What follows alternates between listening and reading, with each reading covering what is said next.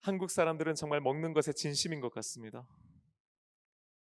곳곳에 정말 음식점이 왜 이렇게도 많은지요.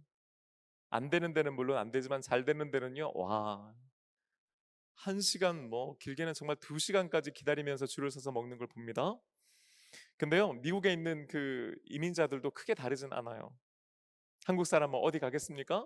제가 섬겼던 그 한마음 장로교회는 작년 우리 성도들이 한 30명 정도 모이는 작은 교회였습니다. 그런데요, 1년 중에서 예배 인원이 훨씬 더 많아지는 주일이 딱 2번 있습니다. 언제일까요? 그때는요, 우리 성도들뿐만 아니고 교회를 안 다니시는 분들도 교회로 오세요. 예? 성탄절요? 그럴 것 같아서 물어보질 않았죠, 여러분. 첫 번째는요, 신년주일입니다. 왜냐하면요, 왜 신년주일일까요? 왜 신년주일에 사람들이 제일 많이 올까요? 그렇죠. 벌써 이제 눈치채신 분들 있죠? 여러분, 신년이 됐으니까 내가 첫 주를 하나님께 예배드려야지, 이런 게 아니에요. 혹은 내가 새해가 됐으니까 이번 올해부터 내가 신앙생활 제대로 해야지, 이런 게 아니고요. 떡국 먹으러 교회 오는 겁니다. 여러분, 이게 이해가 안 되시죠? 아니, 무슨 떡국을 뭐 먹으러 교회를 가? 그냥 식당에 가도 되고, 뭐 아니면 뭐 요즘 일용도 많으니까, 그죠? 그냥 집에서 그냥 대기업의 맛으로 먹으면 되는데, 근데 그렇지 않은 거예요. 제가 살던 그곳은요, 한인들이 많지 않았기 때문에 일단 떡국을 파는 식당이 없어요. 여러분, 제가 지냈던 그 포트웨인이 작은 도시는 아니거든요. 인디애나 주가 우리나라만 해요. 주 하나가. 근데 그 주에서 2번째로 큰 도시예요. 포트웨인이란 도시가. 근데 짜장면을 먹으려면은 2시간 반을 운전해서 가야 돼요. 그런 도시에 제가 살았었습니다. 예, 그러니까 이제 일단은 떡국을 파는 한식당이 없어요. 게다가 저희 교인들 중에서는요, 한 절반 정도가 미국인 남편분하고 사시는 분들이 많았습니다. 예, 그러다 보니까 굳이 미국인 남편들이, 원래 여러분 미국 사람들이 이게 떡을 안 좋아해요. 그 식감이 좀 다르다고 하잖아요, 그죠? 그래서 그러니까 같이 먹어야 이거 그것도 끓여서 먹는 맛이 있죠. 근데 끓였는데 자기 혼자 먹으려고 그걸 굳이 그렇게 하지는 않는 거죠. 근데 신년주일에 교회로 오면 뭐를 먹을 수 있어요? 떡국을 먹을 수 있는 거예요. 그러니까 저희도 처음에 몰랐는데 신년주일에 됐는데 사람들이 많이 와가지고, 저는 처음에 역시 신년이 되니까 믿음 생활 잘하려는 분들은 그게 아니더라고요. 그 다음 주에는 언제 그랬냐는 듯이 안 와요. 예. 신년주일에만 많이 와요. 그래서 이제 그걸 파악해가지고 이제 역으로 그럼 이거를 좀 잘 살려봐야겠다 싶어가지고, 제 처가 이제 그 신년주일 있는 주중에는 집에서 그 큰 솥 2개에다가요, 그 국물을 이제 우려내는 겁니다. 진한 국물이 나올 때까지 하는 거예요. 집안에 늘 언제나 일주일 내내 그 떡국 국물 내는 걸로 이제 뿌예요. 그래서 교인들이요, 포트엔에서 이런 말을 하는 겁니다. 신년 주일에 우리 사모님 표 떡국을 먹어야 돼. 우리 사모님이 끓여주는 그 하얀 국물에 맛있는 진한 국물로 우려낸 그 떡국 먹어야 돼. 라면서 이제 교인들을 이제, 믿지 않는 분들을 이제 초대하는 거죠. 또 다른 한 주는요, 창립 기념주일이에요. 저희 한마음 장로교회가 9월 셋째 주가 창립 기념주일인데, 이때도 이제 푸짐하게 이제 한국 음식을 준비하는 겁니다. 이날은요, 하여간 뭐 가족들이 총출동하는 날이에요. 평상시에 교회 안 오던 친구들도 이제 초대하는 겁니다. 그 미국인 남편분들도요, 이날은 교회를 와요. 그래서 같이 이제 예배 드리는데, 예배 드리는 인원도 물론 창립 기념주일이니까 많은데, 내려가서 식당에 가보면 깜짝 놀래요. 그러니까 본당에는 안 오고 밥 먹으러 밑에 내려와 있는 분들도 이미 계시는 거죠. 그러니까 여러분, 이상한 게, 여러분, 한국인 아내들이랑 살면 미국인 남편들도 먹는 거에 진심이 되더라고요. 이게 이상하게. 얼마나 그 음식을 신경 써서 준비하시는지 몰라요. 할 때는요, 다들 너무 힘들다고, 뭐 이렇게 많이 해야 되냐고, 내년에는 제발 좀 줄이자고 하는데, 막상 그 다음 해가 되면 여전히 열심히 재밌게들 하세요. 항상 푸짐하게 먹습니다. 제가요, 한국에 와서 우리 교회로 와 보니까요, 우리 교회도 만만치 않아요. 와, 먹는 거에 진심이에요, 우리 교회. 주일 예배 마치고 나서 점심 식사를 이렇게 내려가 보면요, 얼마나 정말 맛있게 정갈하게 이렇게 음식 준비한지 모릅니다. 여러분 우리 교회 정도의 사이즈에서 이 정도로 점심 식사 퀄리티가 높은 교회가 많지 않아요. 여러분 우리나라에 있는 어느 교회가 점심 메뉴에 돈가스가 나옵니까? 저는 제 친구들한테 자랑했어요, 그 주에. 너네 이번 주에 뭐 먹었냐? 기껏해야 너네는 칼국수일 거다. 우리는 돈가스다. 자, 그런데 여러분 이게 참 우리는 이제 맛있게 먹는데 사실은 준비하는 우리 주방팀이 너무너무 애를 많이 쓰세요. 여러분 그거 알고 계시죠? 알고 계시죠? 어, 다들 이렇게 말씀 나눠 보면은 아우 너무 힘들다고들 하세요. 그런데도 그래도 우리 성도들 주일에 한 끼 맛있게 먹이려고 하는 그 마음과 열정이 얼마나 대단한지 모릅니다. 그러니까 여러분 웬만하면 아, 드실 만큼 일단 가져가시고 다 드셨으면 좋겠어요. 저는 제가 음식을 할 줄 몰라서 잘 모르는데 음식하는 사람은요 어때요? 깨끗하게 비우는 걸 보면 그렇게 마음이 기쁜 거예요. 아무리 힘들어도 힘든 걸 잊어버린다고 하지 않습니까? 그러니까 여러분 잔반 웬만하면 남기지 마시고 또 받으실 때 말 한마디가 여러분 천냥빚을 갚아요. 고맙습니다. 잘 먹었습니다. 고생하셨습니다. 꼭 한마디 해주실 수 있기를 바랍니다. 그런 분들만 아멘 해주시기 바랍니다. 우리 아까 전에 차양팀 위해서 박수 쳤으니까 우리 주방팀 위해서 우리 한번 박수 한번 칩시다.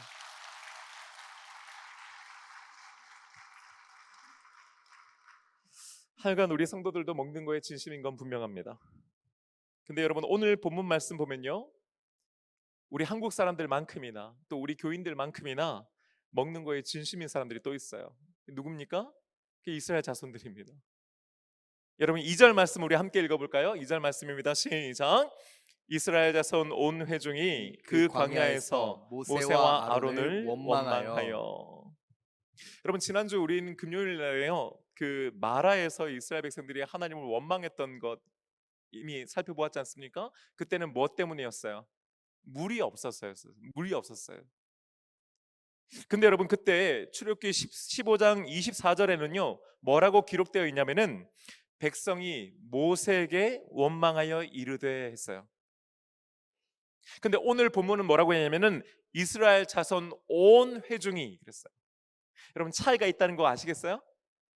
그러니까 지난번에 마라에서는 물이 없어서 원망했을 때는 어땠냐면은 백성들 중에서 원망한 사람들도 있었지만은 원망 안 한 사람들도 있었단 말이에요. 그러니까 이게 다 모세 당신 때문이다 했던 사람들도 있었지만은 아유 이걸 모세가 이걸 어떻게 알아? 그 모세가 잘못한 건 아니지 하는 사람들도 있었다 이 말이에요. 그런데 오늘은 어떻다는 거예요? 아니에요.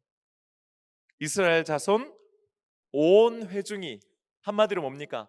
남녀노소를 불문하고 모든 사람들이 원망했다는 걸 강조하고 있는 거예요. 지금 이 모든 사람들이 도대체 그러면 왜 모세를 원망했습니까? 이유가 뭐였습니까? 3절 말씀 함께 읽겠습니다. 시작.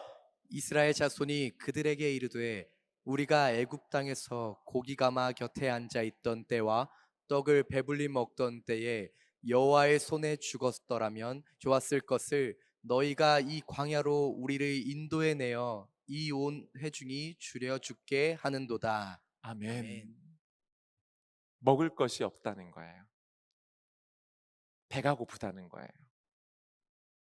여러분 성경은요 오늘 1절 말씀에서 이렇게 기록하고 있거든요. 이스라엘 자손의 온 회중이 엘림에서 떠나 엘림과 시내산 사이에 있는 신광야에 이르니 애굽에서 나온 후 둘째 달 15일이라. 아멘.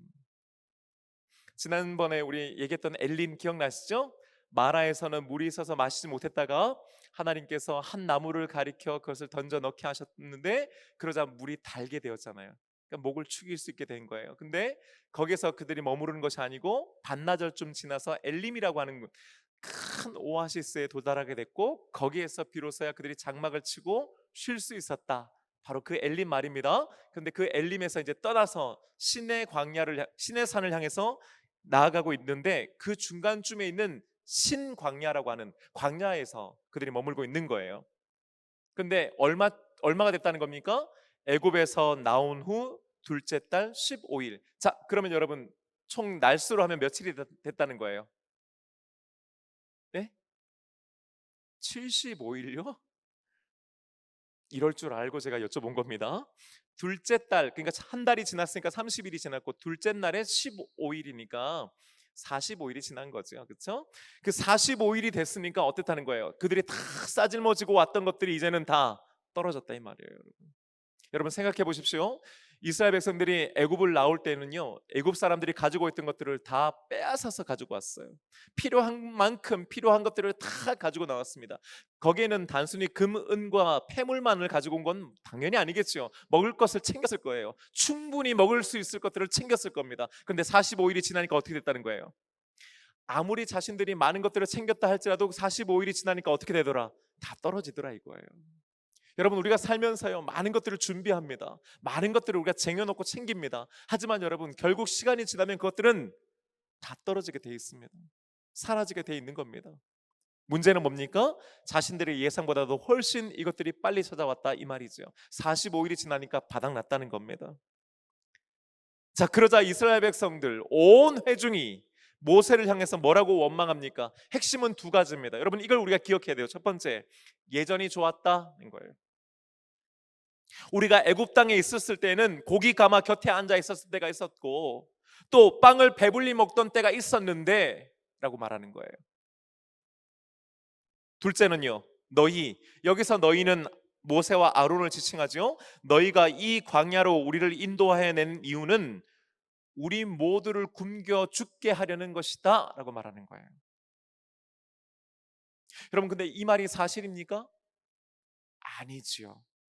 우선 저들은요, 고기 가마 곁에 앉아있던 때와 떡을 배불리 먹었던 때 자체가 없었습니다. 그것은 자신들의 경험적인 진실이 아니었던 것이죠.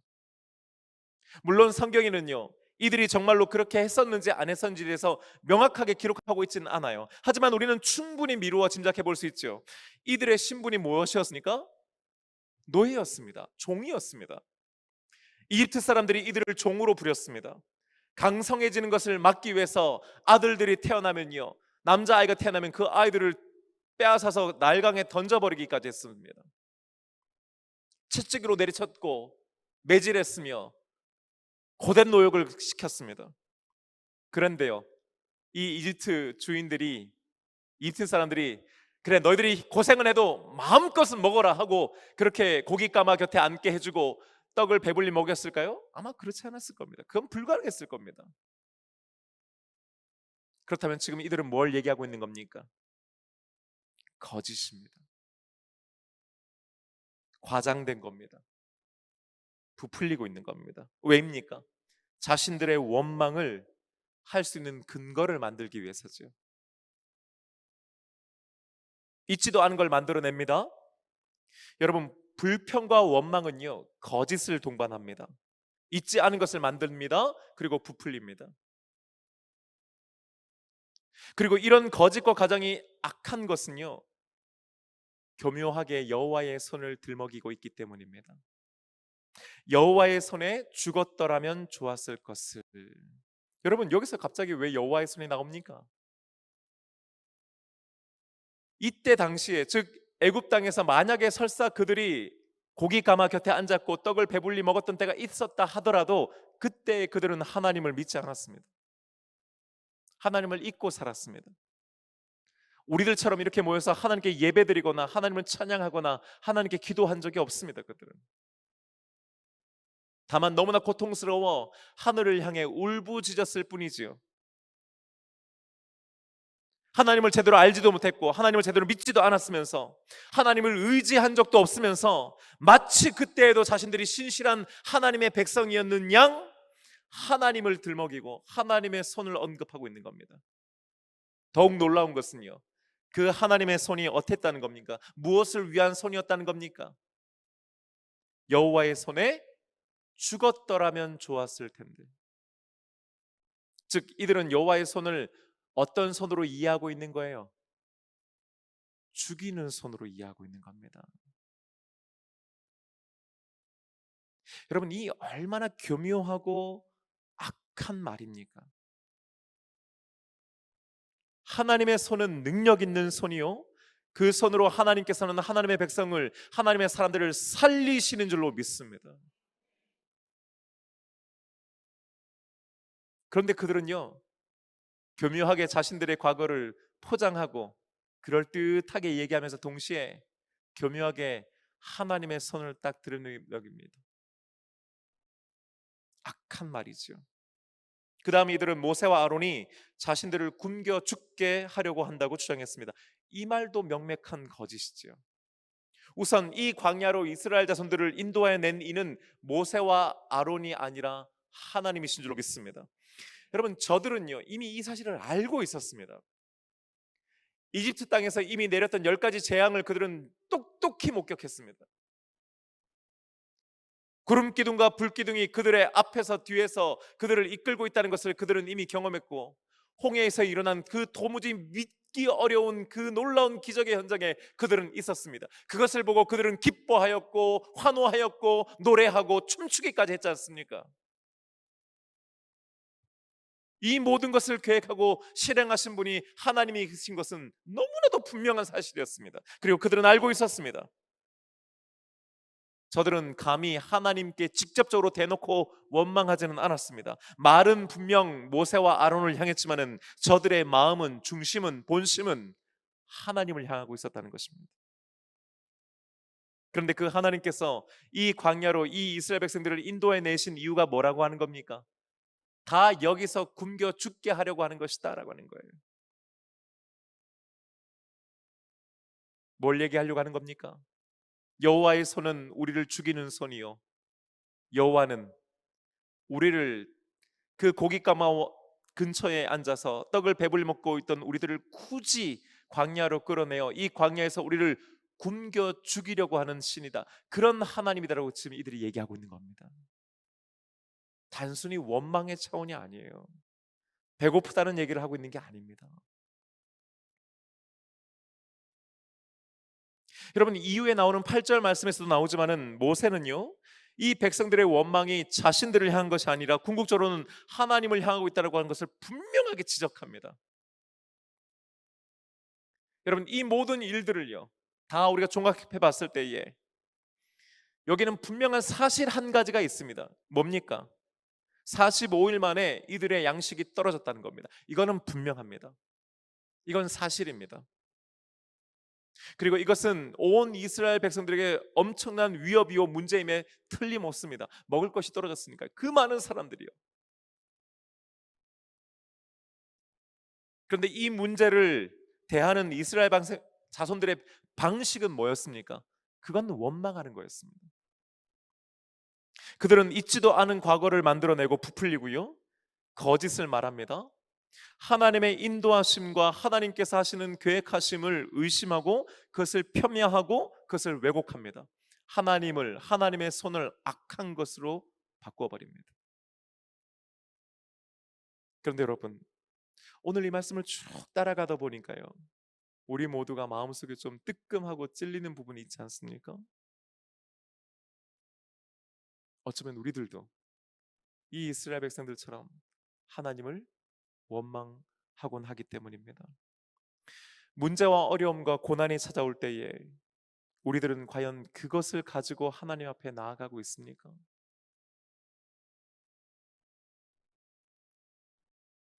이 문제와 어려움을 하나님께서 해결해 주실 것이라고 하는 그 믿음을 가지고 주님께 나아가고 있습니까? 혹시 원망이라고 하는, 불평이라고 하는 방법으로 하나님께 나아가고 있지는 않습니까? 하는 거예요. 이 문제와 어려움을 가지고 믿음을 가지고 기도해야 되는 것을 너무나 잘 알고 있음에도 불구하고 우리들 역시 하나님을 원망하고 우리들의 과거와 경험을 교묘하게 왜곡하거나 부풀립니다. 마치 내가 지금까지 살아온 내 삶의 경험으로 봤을 때에, 내가 지금까지 살아온 삶의 궤적으로 봤을 때 나는 이런 일을 당할 하등의 이유가 없는 사람인 것처럼 말한다 이 말이에요. 하나님 왜 내게 이런 고난을 주십니까? 내가 도대체 뭘 잘못했습니까? 라고 말해요. 마치 이 에집트 땅에서도 그 고깃가마 곁에서 떡을 배불리 먹었을 때도 여전히 마치 여호와의 손이 자신들과 함께 했다는 것을 알고 있었다는 양, 마치 우리에게 이런 고난과 어려움과 문제는 도저히 와서는 안 되고 나는 그런 걸 당할 만한 일을 하지 않은 사람인 양 우리는 하나님 앞에 나간다는 거죠. 우리는 하나님께 따져 묻습니다. 도대체 내가 뭘 잘못했길래, 내가 왜 이런 고난을, 내게 왜 이런 문제를 주십니까? 내가 왜 이런 시련을 주십니까? 라고 우리는 묻습니다. 마치 우리가 기도하면은 하나님은 당연히 들어주셔야 되는 것이 마땅한 것처럼 왜 응답해 주시지 않느냐고 따져 묻습니다. 우리는 우리의 문제와 어려움과 고난을 가지고 그 문제 그대로를 가지고 하나님께 나아가기는 보다는 그 문제를 교묘하게 짜집기 하거나 바꾸어 왜곡해 하나님께 원망하고 대항합니다. 여러분, 입장을 바꿔서요. 만약에 여러분이 하나님이시라면 어떤 기분이겠습니까? 하나님은 악한 하나님이고 하나님의 손은 죽이는 손이라고 하는 얘기를, 그런 얘기까지 듣는다면 여러분은 어떻게 하겠습니까? 억울하실 것 같죠? 괘씸할 것도 같습니다. 내가 이놈들 이거 처음부터 애시당초 알아봤다라고 포기하실 만도 해요. 그런데 여러분, 하나님께서 이런 이들을 어떻게 다루신지를 여러분 오늘 이 말씀은 이렇게 증거합니다. 4절과 5절의 말씀입니다. 함께 읽습니다. 시작. 그때에 그때 여호와께서 모세에게 이르시되 보라 내가 너희를 위하여 하늘에서 양식을 비같이 내리리니 백성이 나가서 일용할 것을 날마다 거둘 것이라. 이같이 하여 그들이 내 율법을 준행하나 아니하나 내가 시험하리라. 여섯째 날에는 그들이 그 거둔 것을 준비할지니 날마다 거두던 것에 갑절이 되리라. 아멘. 제가 이 말씀을 묵상하는 가운데 참 마음에 너무 와닿았던 말씀, 물론 여러 가지 있지만 그 중에 하나가 너희를 위하여예요. 너희를 위하여. 우리가 뒤에 이제 알고 있지만은 만나와 메추라기 얘기가 쭉 나오지 않습니까? 근데 여러분, 만나와 메추라기를 누구를 위해 주시는 거예요? 너희를 위하여. 여기서 말하는 너희는 어떤 너희예요? 하나님의 손을 죽이는 손이라고 말하고 하나님의 의도는 우리 모두를 광야에서 나와 굶어 죽게 하는 것이라고 말하는 그런 너희들이에요, 여러분. 단순히 그냥 원망하고 불평하고 투덜거리는 그들이 아니에요. 줄여서 지금 배고파서 허기져 있는 그들만을 얘기하는 게 아니에요. 지금은 하나님을 원망하고 있어요. 하나님 입장에서는 억울할 만도 해요. 그러면 나 자신이 그렇지 않다는 것을 증명하기 위해서, 나를 위해서, 내가 그렇지 않다는 걸 보여주기 위해서라도 난 이렇게 하겠다라고 말씀하셔야 되는데 그렇지 않고, 너희들이 그렇게 말하지만은 너희들을 위하여 내가 이렇게까지 하마 말씀해 주시는 분이 바로 저와 여러분이 믿는 하나님인 줄로 믿습니다. 여러분, 하나님께서 약속해 주세요. 놀랍게도 나무라시는 것이 아니고 가르치시는 것이 아니고 때리시는 것이 아니고 약속해 주십니다. 내가 너희를 위하여 하늘에서 양식을 비같이 내리겠다는 거예요. 그리고 일용할 것을 날마다 너희들은 거두게 될 것이라는 겁니다. 다음 주에 제가 이 시간에 우리 청년부 임원들과 그 리더 비전 캠프를 가서 제가 다음 주에 아마 말씀 못 전할 것 같아요. 대신에 그 다음 주, 이 만나와 메추라기에 대해서 조금 더 여러분들과 한번 살펴보게 될 겁니다. 그때는요, 우리가 이 받은 은혜 받을 때 뭘 조심해야 되는지를 제가 말씀드릴 거예요, 여러분. 여러분, 은혜라고 해서 받으면 좋지요? 근데 여러분, 은혜 받을 때도 조심해야 되는 게 있습니다, 여러분. 주의해야 되는 게 있어요. 오늘은요, 대신에 이 약속의 의미를 좀 더 집중해서 살펴보려고 합니다. 여러분, 하나님께서 모세에게 이런 내용의 약속을 주셨잖아요, 그렇죠? 하늘에서 양식이 비같이 내려서 너희들은 날마다 일용한 것들을 거두게 될 것이다 약속해 주셨어요. 자, 이제 모세와 아론이 온 백성들을 모아놓고 그 내용을 이제 전달하는 겁니다. 자, 그런데 여러분, 놀랍게도요, 그 내용이 이렇습니다. 6절과 7절 상반절 말씀이에요. 함께 읽어봅니다. 시작. 모세와 아론이 온 이스라엘 자손에게 이르되 저녁이 되면 너희가 여호와께서 너희를 애굽 땅에서 인도하여 내셨음을 알 것이요 아침에는 너희가 여호와의 영광을 보리니 이는 여호와께서 너희가 자기를 향하여 원망함을 들으셨음이라. 아멘. 제가 말씀을 묵상하는데요, 한 가지 깊은 그 은혜가 있었어요. 저한테 깨달음이 있었어요. 그게 뭐냐면 여러분 보세요. 보통은요, 모세가 이스라엘 백성들에게 하나님의 말씀을 대언할 때는요, 하나님께서 하신 말씀을 그대로 전하거나 아니면 요약해서 전합니다. 너는 가서 백성에게 이렇게 전해라 하면 그 말씀 듣고 와가지고 그대로 전달한다 이 말이에요. 그런데 여러분, 오늘 이 말씀은 좀 다르죠. 너희를 위하여 하늘에서 양식을 비같이 내리니 너희가 일용할 것을 날마다 거둘 것이다. 하나님께서 이렇게 말씀하셨다. 그렇게 말하지 않아요. 두 가지를 얘기합니다. 저녁에 되면 하나님께서 너희를 애굽 땅에서 인도하여 내셨음을 알 것이다. 두 번째, 아침에는 여호와의 영광을 보게 될 것이다. 여러분, 모세는 누구보다도 하나님의 말씀을 직접 가까이에서 들었던 사람입니다. 그리고 그 하나님의 말씀의 의중을 가장 잘 이해했던 사람 중 하나예요. 그런 모세에게 하나님께서 먹을 것이 없어서 원망하는 이스라엘 백성들에게 하늘에서 양식을 비같이 내려주겠다고 하는 그런 약속의 말씀을 들었습니다. 그런데요, 그걸 그대로 전달하는 게 아니에요. 이번엔 어떻게 합니까? 해석합니다. 풀어주는 거예요. 그러니까 그게 뭡니까? 하나님께서는 단순히 먹을 것을 제공해서 이 이스라엘 백성의 원망을 없애주시는 것뿐만 아니라 이 문제를 통해서 하나님께서 어떤 분이시는구나 하는 것을 알게 해주시려고 하는 거구나 하는 거예요.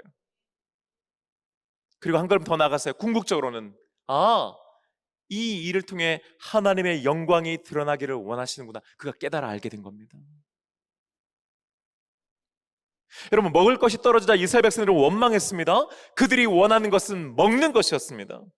고기 가마 곁에 앉는 것이고 떡을 배불리 먹을 수 있게 해달라는 것이었습니다. 하나님께서 그런 그들의 원망을 들으시는 후에 그들을 치시는 것이 아니고 그들의 원망을 오히려 들어주셔요. 그들의 필요를 채워주십니다. 공급해 주시는 거예요. 하지만 저들이 원하는 그 고기와 그 떡이 아닙니다. 하늘로부터 내려오는 하늘의 양식인 줄로 믿습니다. 그것은요, 저들이 상상했던 것들을 뛰어넘는 것이에요.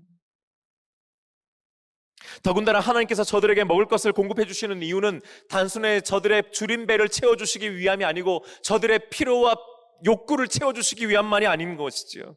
이 문제를 통해서 하나님은 지금 어디에 마음이 가 계시는 거예요? 이 백성들에게 내가 누구인 줄을 좀 분명하게 알게 해주겠다는 거예요. 다른 말로 말하면 뭐예요? 앞으로 너희들을 누가 먹일 것인지, 너희들은 누가 입힐 것인지, 너희들을 누가 책임져 주게 할 것인지를 너희들로 하여금 이 일을 통해 알게 해주겠다고 말씀해 주시는 것입니다. 그리고 이를 통해서 궁극적으로 뭐예요? 하나님의 영광을 보게 하여 주겠다는 겁니다. 사랑하는 여러분, 우리 모두에게는요, 우리 각자의 문제와 어려움이 있습니다. 우리 각자의 어떤 그런 결핍이 있습니다. 우리는 이 문제와 어려움과 이 고난이, 이 결핍이 해결되기를 원하죠. 그건 저도 마찬가지입니다. 근데 문제는 뭡니까? 우리의 관심은 온통 거기에 있다는 사실입니다. 우리가 왜 이토록 그렇게 간절하게 기도합니까? 우리에게 육체의 가시와도 같은 그 가시가 사라지기를 위해서입니다. 이 문제를 좀 해결해 달라는 거예요. 그래야 살겠다는 겁니다. 그래야 우리 자식이 좀 잘 되겠다는 겁니다. 그래야 내 배우자가 좀 나아질 것 같다는 겁니다. 우리 가정이 그래야 괜찮다는 거죠. 하지만 하나님의 관심은요, 그 문제와 어려움과 그 고난을 통해서 우리들이 하나님을 알기를 원하신 줄로 믿습니다.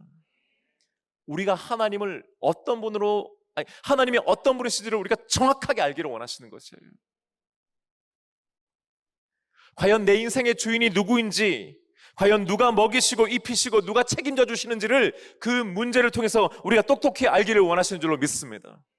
여러분, 제가 알기로 우리 교인들 중에서 지금 직장의 문제로 어려움 당하고 있는 분들이 계세요. 요즘 새로운 직장을 구한다는 게 참 쉽지 않습니다. 위에서 같이 기도하고 있습니다. 저도. 근데 제가 기도하고 있는 것이 있어요. 직장이 빨리 구해지기를 위함도 있지만요, 이 직장을 구해주시는 분이 과연 누구신가? 일하게 하시는 분이 과연 누구신가? 일한 것에 대한 열매를 누가 얻게 하신가를 알게 하여 주옵소서 하는 거예요.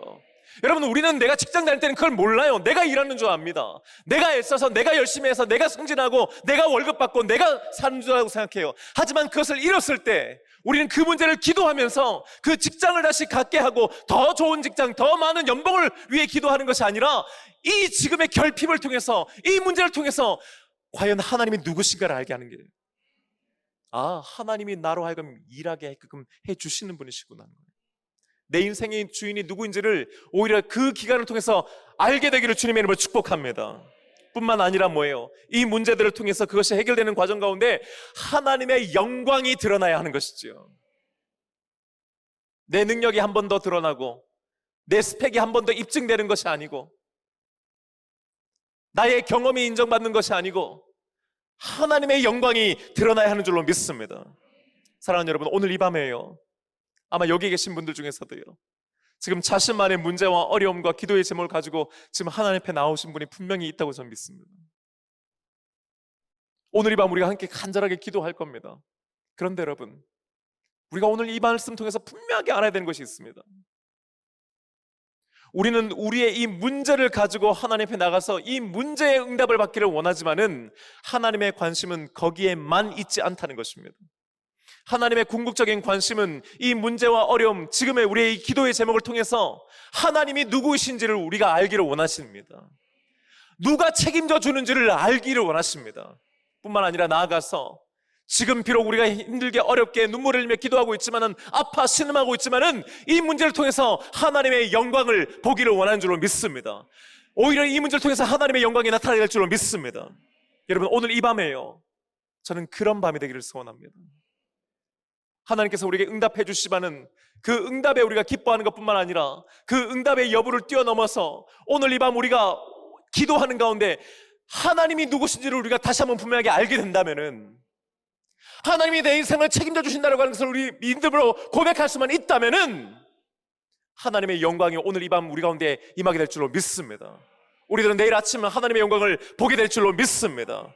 이제 우리 함께 다 같이 일어나서요, 함께 찬양하면서 함께 기도하기를 원해요.